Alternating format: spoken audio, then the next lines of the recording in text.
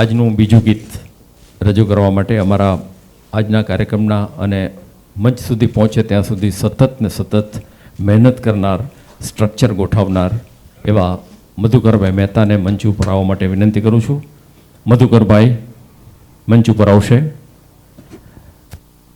મધુકરભાઈએ પોતે સંગીતનો જીવ છે અને મોટે ભાગે સ્ટેજથી દૂર રહે છે. પોતાની રીતે મસ્ત પોતાની ઘરે બેઠકો યોજે છે, કલાકારોને બોલાવે છે અને કોઈ વાર કોઈ ખાસ ઇવેન્ટ હોય તો ઋષભ વાટિકામાં સંગીતના કાર્યક્રમો યોજે છે, ગાયકોને તૈયાર કરે છે. એટલે એમની સેવા માટે ખરેખર તાલીઓ, ખરેખર, કારણ કે ઘણા ઘણા ગાયકોને એમણે તૈયાર કર્યા છે. મધુભાઈ રજૂ કરે છે હાલો ये रात ये चांदनी फिर कहाँ सुन जा दिल की दास्तां. નમસ્કાર મુજુભાઈ, ડૉક્ટર સાહેબ. સરીબેન મારા નાના બેન હતા. ચંદ્રકાંતભાઈને મેં કહેલું કે ભાઈ હું ખાલી આ બધાની સેવા આપીશ, પણ મને કે તમે બધું આ એરેન્જ કરો છો તો તમને ગાતા આવડે છે કે નહીં તો બીજાને ખબર પડવી જોઈએ. બધું બરાબર છે ભાઈ. તો ચાલો, આઈ એમ ટ્રાઈંગ. ચાલો ભાઈ.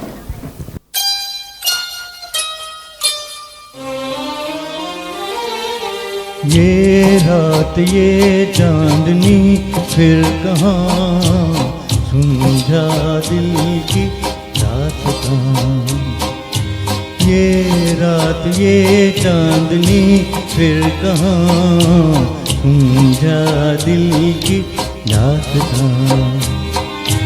चांदनी रातें प्यार की बातें हो गई जाने कहाँ. ये रात ये चांदनी फिर कहाँ सुलझा दिल की दास्तां. आती है सदा तेरी टूटे हुए तारों से, आहट तेरी सुनती हूँ खामोश नजारों से. टूटी घटा उमड़ी घटा खोए है सारे ठिकाने. तेरे लिए बेचैन है शोलों में लिपटी जवानी. बर्बाद है आरज़ू का जहाँ सुलझा दिल की दास्तां. ये रात ये चांदनी फिर कहाँ सुलझा दिल की दास्तां. चांदनी रातें प्यार की बातें हो गई जाने कहाँ.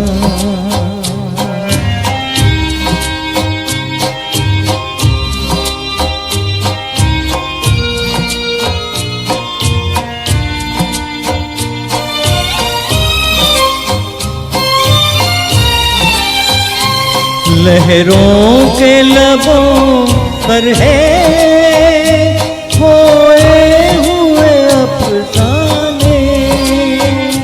बेजार उम्मीदों के सब हो गए वीराने.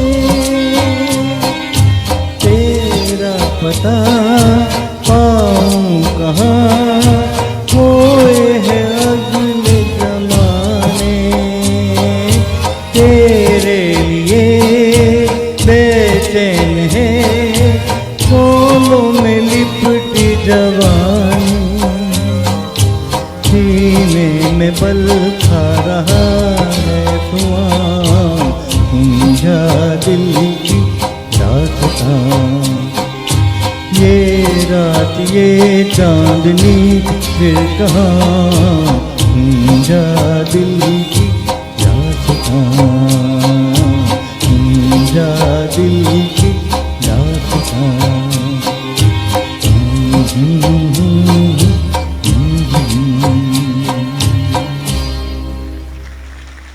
વાહ મધુભાઈ, બહુ જ સરસ, બહુ જ સરસ.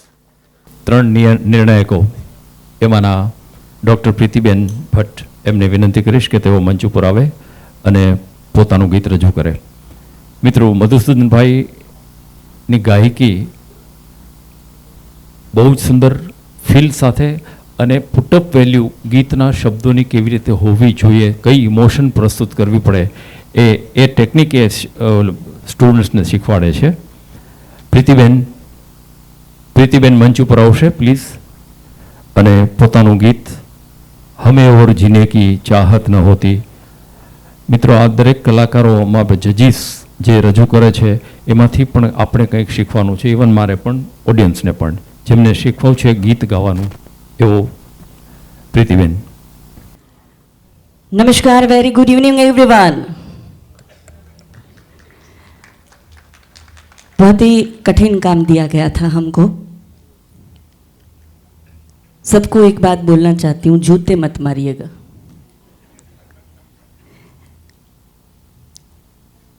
सिंगर्स, गायक की भूमिका क्या होती है, मैं इतना ही बताना चाहती हूँ.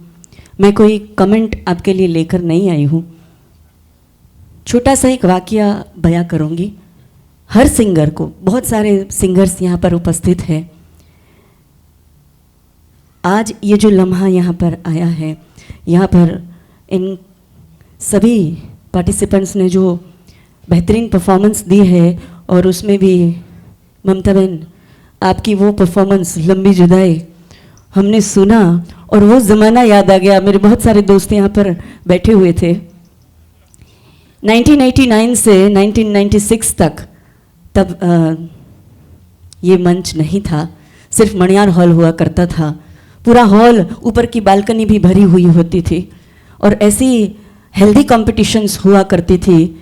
और हमारे जजेस जिन्होंने हमें तराशा है, ऐसे आदरणीय, माननीय और बहुत ही लीजेंड आर्टिस्ट जिसे हम कहते हैं, श्री रवि भाई भट्ट जी यहाँ पर उपस्थित हैं. उन्होंने हमें तराशा है दोस्तों. ललित भाई त्रिवेदी हुआ करते थे उनके साथ, और जब यहाँ पर होते थे तब भूपेंद्र भाई वसावड़ा, अगर वो नहीं होते थे तो कयूम भाई भी हमारे जज की हैसियत से हमेशा ऐसे आते हैं, और उन लोगों ने हमें तराशा है दोस्तों. माता जी एक बात कहा करती थी मेरी, कि बेटा ज़िंदगी में कितने भी बड़े हो जाओ, ये उम्र की बात नहीं है. माता जी हमेशा कहा करती थी कि बेटा ज़िंदगी में कितने भी बड़े हो जाओ, लेकिन जो आपसे बड़े हैं उससे बड़े आप कभी नहीं हो सकते. दोस्तों, रवि साहब यहाँ पर उपस्थित हैं, हमारे जज जिन्होंने हमें तराशा है. आज हम इनको तराशे, उनके सामने अभी हम इतने बड़े नहीं हुए हैं, इसलिए इन पर मैं कोई कमेंट नहीं देना चाहूँगी. लेकिन एक छोटा सा वाकया जो है मैं शेयर करना चाहूँगी.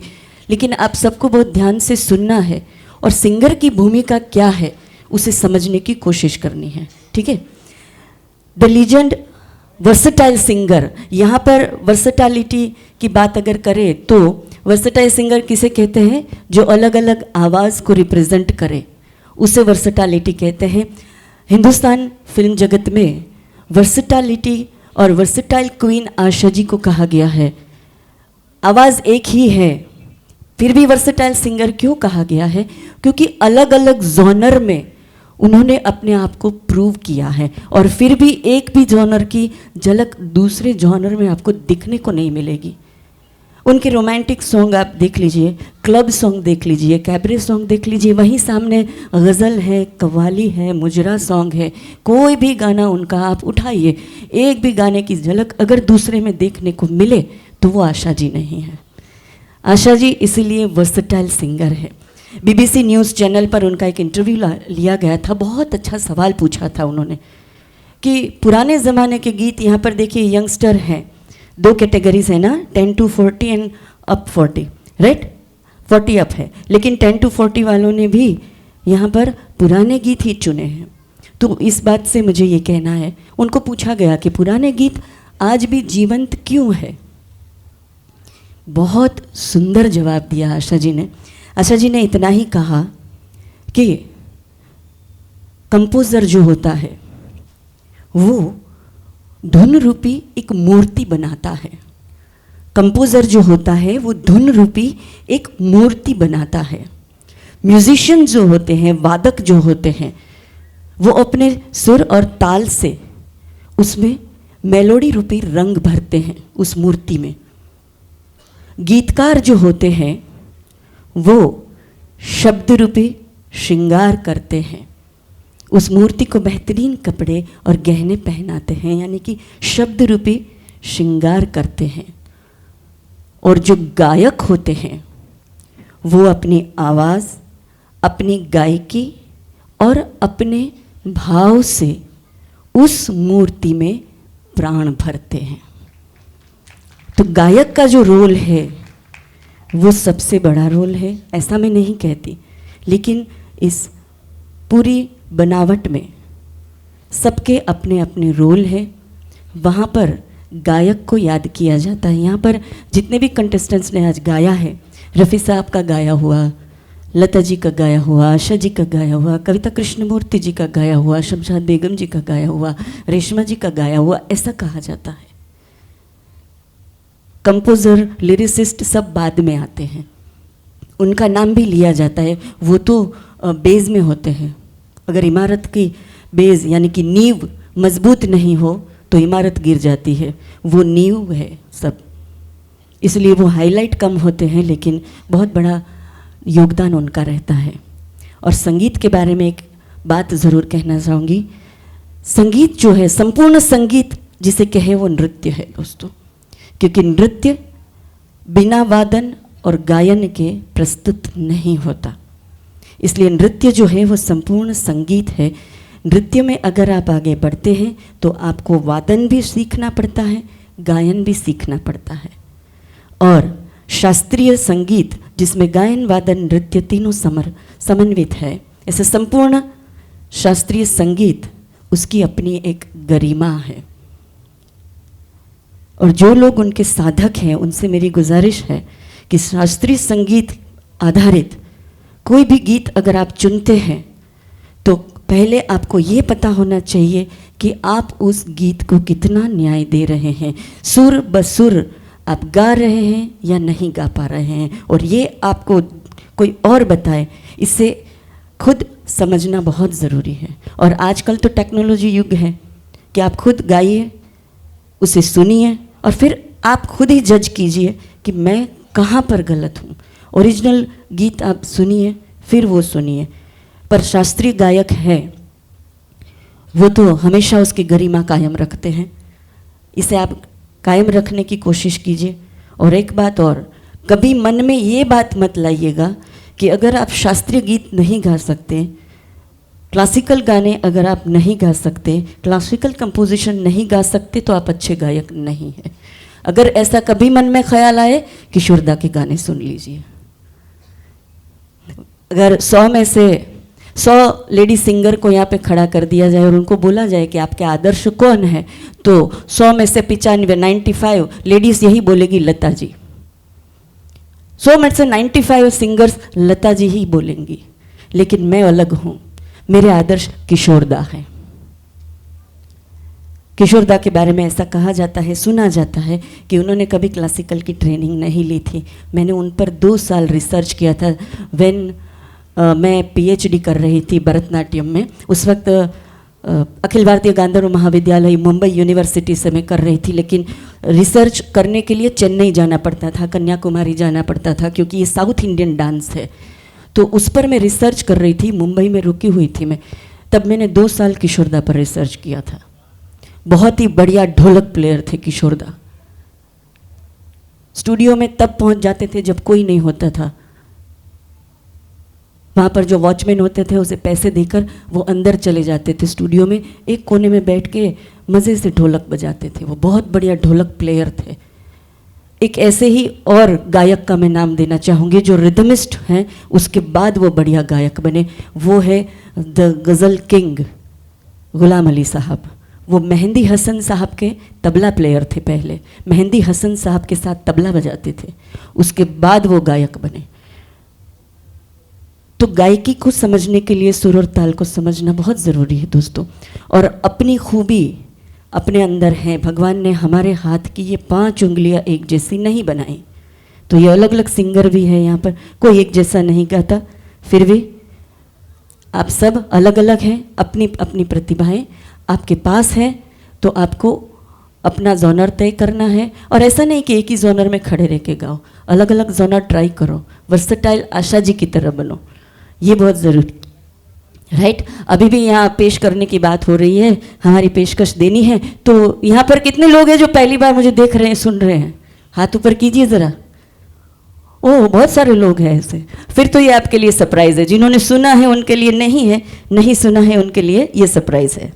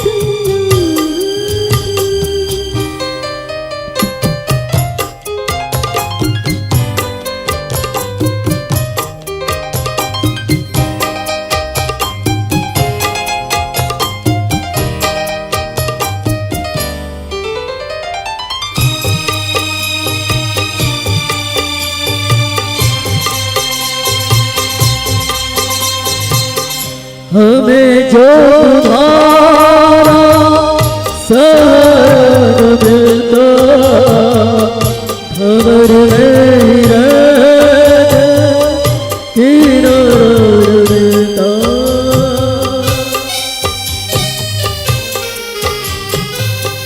हमें जो तुम्हारा सहर मिलता खबर नहीं रहते किनारा मिलता किनारे पे भी तो लहर होती अगर तुम न होते अगर तुम न होते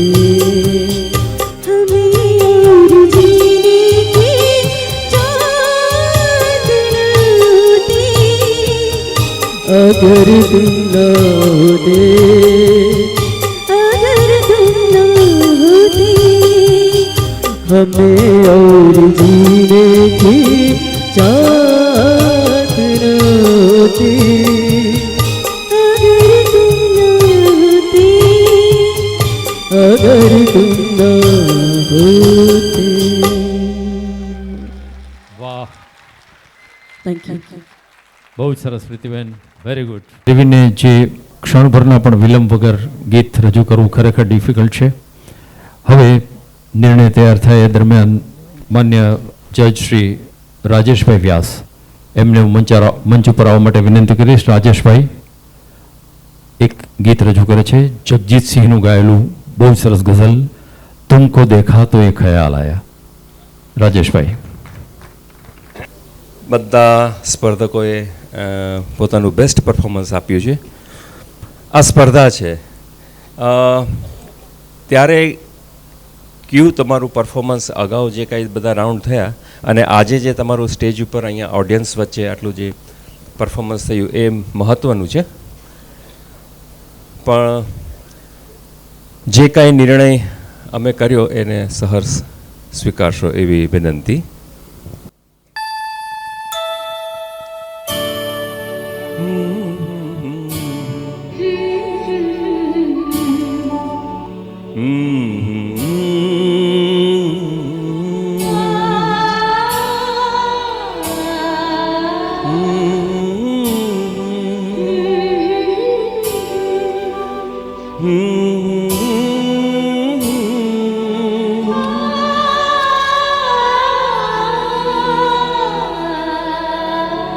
तुमको देखा तो ये ख्याल आया, जिंदगी दो तुम घना साया,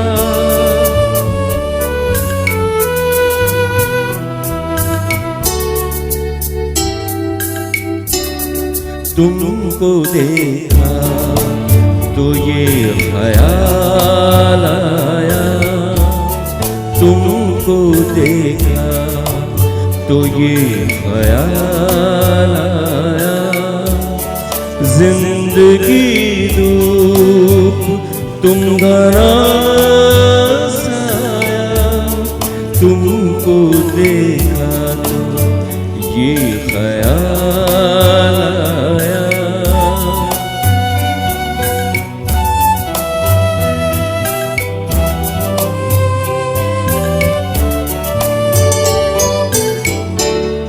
आज फिर दिल ने एक तमन्ना की, आज फिर दिल ने एक तमन्ना की, आज फिर दिल को हमने समझाया,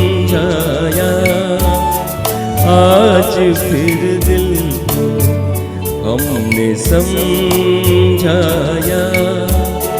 जिंदगी तो तुम घना साया, तुमको देखा तो ये ख्याल आया.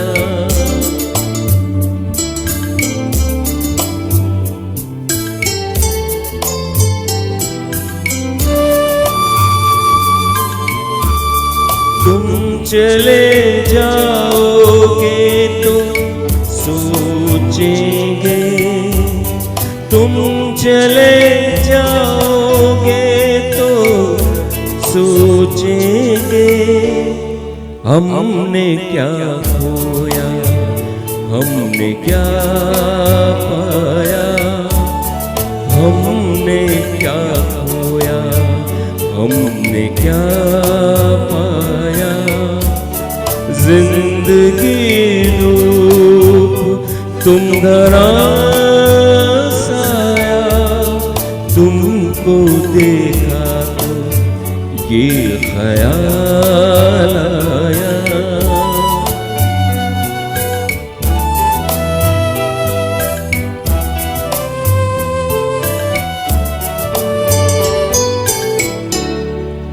हम जिसे गुनगुना नहीं सकते, हम जिसे गुनगुना नहीं सकते, वक्त ने ऐसा गीत क्यों गाया, वक्त ने ऐसा गीत क्यों गाया, जिंदगी दो तुम घना सा तुमको देखा तो ये ख्याल आया, तुमको देखा तो ये ख्याल आया।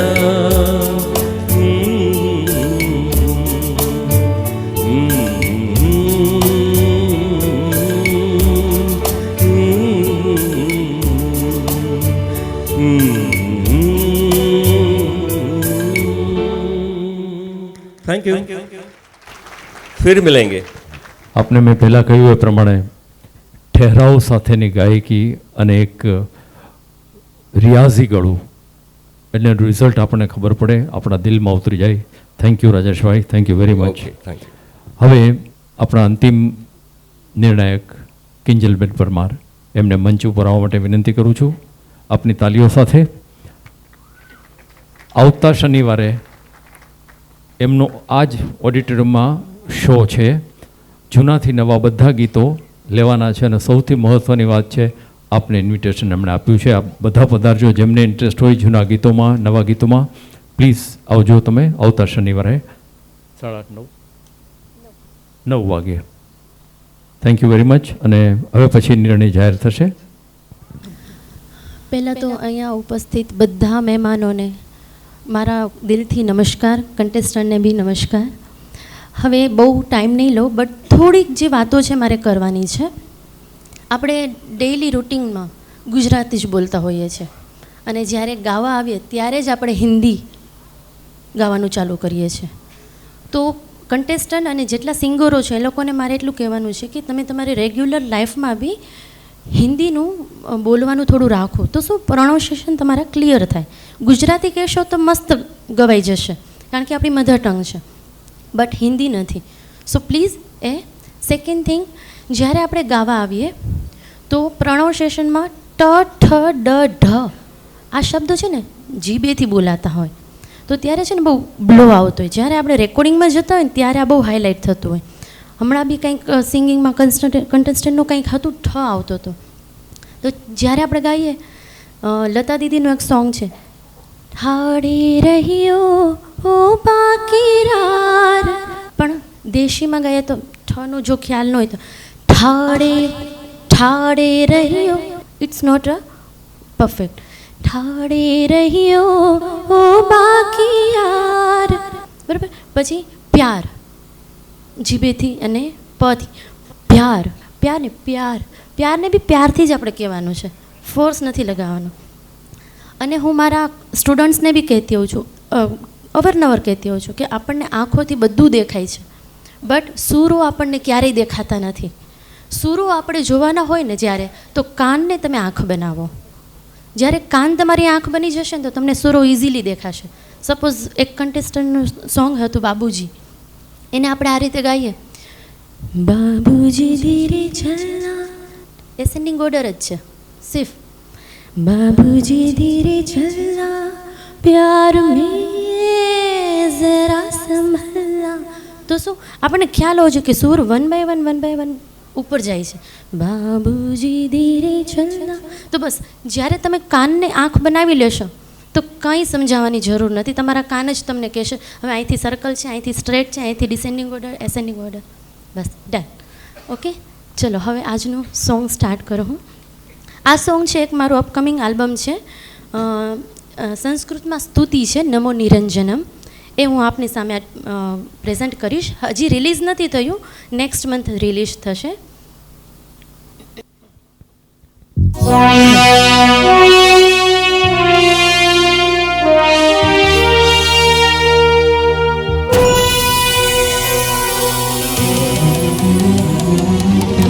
नमो निरञ्जन सुरारिगर्वगञ्जन नमोऽस्तु आदिवल्लभं दिनेश शेषदुर्लभं. नमो नमो निरञ्जनं सुरारिगर्वगञ्जनं नमोऽस्तु भक्तवल्लभं दिनेश शेषदुर्लभं. नमोऽस्तु आदिकारणं सुनन्द अण्डधारणं. नमो नमो परात्मनं मुनीश मङ्गलं करं. नमो नमो निरञ्जनम्.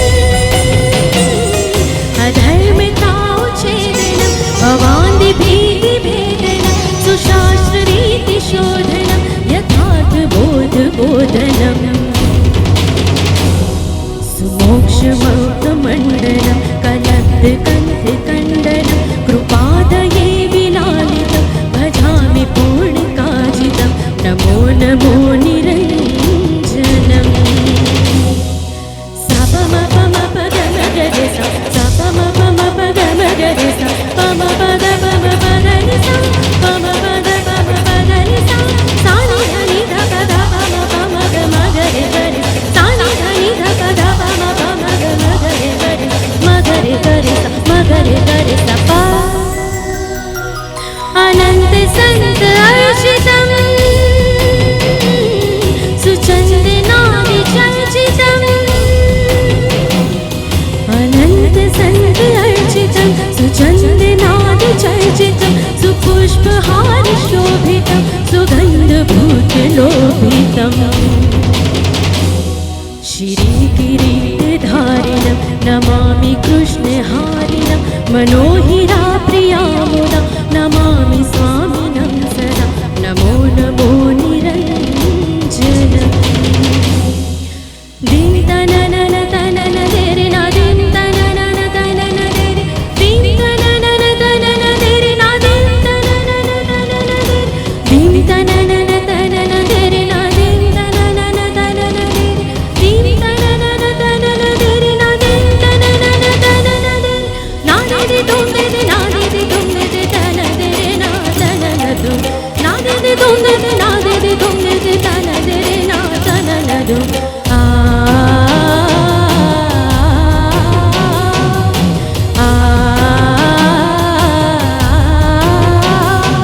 नमामि स्वामिनं सदा नमामि स्वामिनं सदा नमामि स्वामिनं सदा नमामि स्वामिनं सदा